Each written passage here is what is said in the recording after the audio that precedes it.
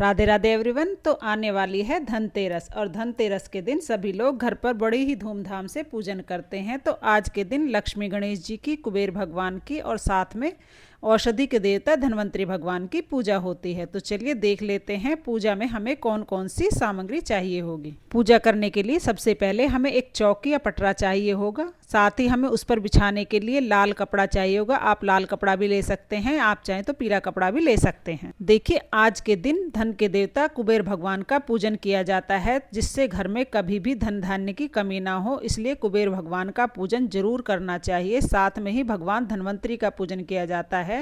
तो अगर आपके पास धन्वंतरी भगवान का फोटो या मूर्ति है तो उनकी स्थापना करें, नहीं तो आप सुपारी के रूप में भगवान धन्वंतरी और कुबेर भगवान की पूजा कर सकते हैं। तो मैंने यहाँ पर फोटो है, तो फोटो में आपको दिखा रहे हैं, इस तरह का फोटो आता है।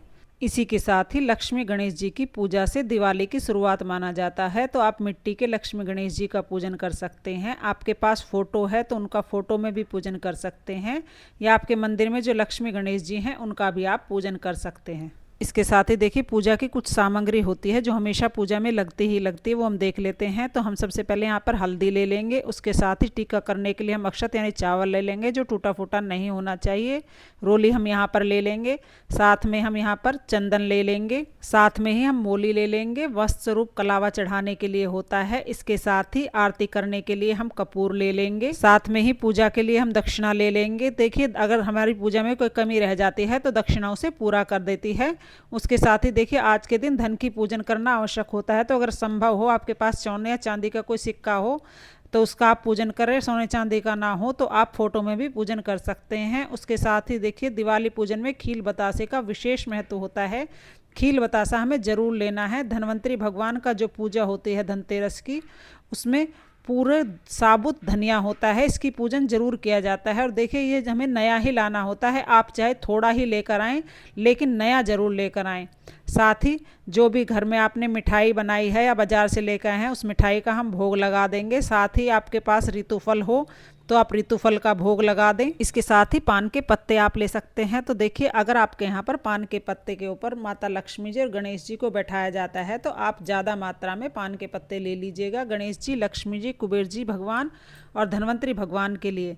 और अगर आप सिर्फ लक्ष्मी जी को भोग लगाया जाता है पान के पत्ते में लौंग, इलायची, बतासे का रखकर, तो एक ही पान का पत्ता आपके लिए काफ़ी होता है। इसके साथ ही हम धन्वंतरी भगवान के लिए यहाँ पर औषधि ले लेंगे।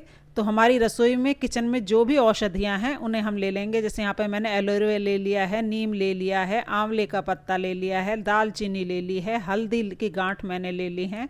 अगर आपके पास गांठ नहीं तो पिसी हुई हल्दी ले सकते हैं, तेज पत्ता, लौंग, इलायची, नींबू, तुलसी के पत्ते। तुलसी तो सभी घरों में होती ही है, तो यहाँ पर मैंने तुलसी के पत्ते ले लिए हैं। जो भी सामग्री आपको किचन में मिल जाए आयुर्वेद की, वो आप जरूर ले लें। ये सारी सामग्री भगवान धन्वंतरी के लिए ली जाती हैं।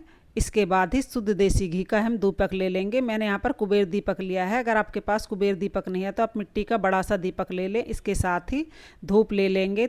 अगर आपके पास फूल हैं तो फूल ले लें। बिना फूल के वैसे कोई पूजन किया नहीं जाता है, तो आप फूल ज़रूर ले लें। इसके साथ ही धनतेरस के दिन बर्तन खरीदने की परंपरा है। तो अगर आप जो भी बर्तन खरीद कर लाए हैं, स्टील का, तांबे का, पीतल का, हो सके तो तांबे और पीतल का बर्तन इस दिन आपको खरीदना चाहिए। चाहे आप छोटा बर्तन ही खरीदें, उसको भी यहाँ पर हम पूजा में रख लेंगे। इसके साथ ही देखिए दिवाली दियों का त्यौहार होता है। इसमें बहुत ज़्यादा से ज़्यादा मात्रा में दिए प्रज्वलित किए जाते हैं। तो धनतेरस के दिन 13 दिए हमें कम से कम जलाने चाहिए।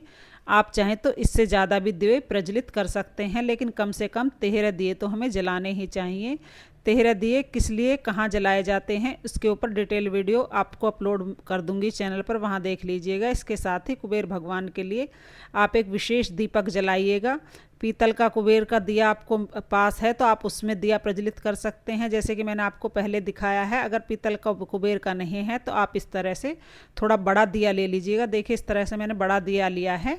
कम से कम रात के 12 बजे तक तो यह प्रज्वलित रहना ही चाहिए। तो इस तरह से कुबेर दिया हम ले लेंगे, कुबेर भगवान के सामने प्रज्वलित करेंगे। इससे घर में धन धान्य की कभी कमी नहीं होती है।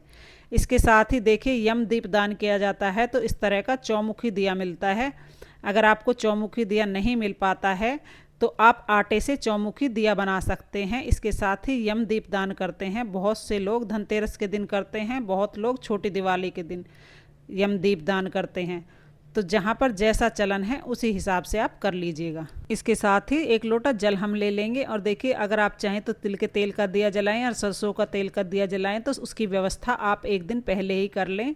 इसके साथ ही देखिए धनतेरस के दिन झाड़ू का पूजन करना विशेष महत्व रखता है। आज के दिन झाड़ू का पूजन किया जाता है, नया झाड़ू घर पर लाया जाता है, तो झाड़ू का पूजन हमें ज़रूर करना चाहिए। हो सके तो हम इस दिन 3 झाड़ू लेकर आनी चाहिए, सीक वाली झाड़ू भी हमें साथ में ही लानी चाहिए और झाड़ू का पूजन हमें ज़रूर करना चाहिए। तो फ्रेंड्स ये वह टोटल सामग्री है जो हमें धनतेरस की पूजा के लिए चाहिए होगी। इसके अलावा आप सामग्री को कितना भी बढ़ा सकते हैं, कितनी भी प्रभावी तरीके से पूजा कर सकते हैं, कम से कम इतनी सामग्री तो हमें लेनी ही है। अगर वीडियो आपको पसंद आई हो, वीडियो आपके लिए थोड़ी भी यूज़फुल हो, तो प्लीज़ वीडियो को लाइक कर देना और मेरे चैनल को सब्सक्राइब कर लेना। मिलते हैं अगली वीडियो में, तब तक के लिए जय लक्ष्मी माता। दिवाली की शुभ मंगल कामनाओं के साथ राधे राधे।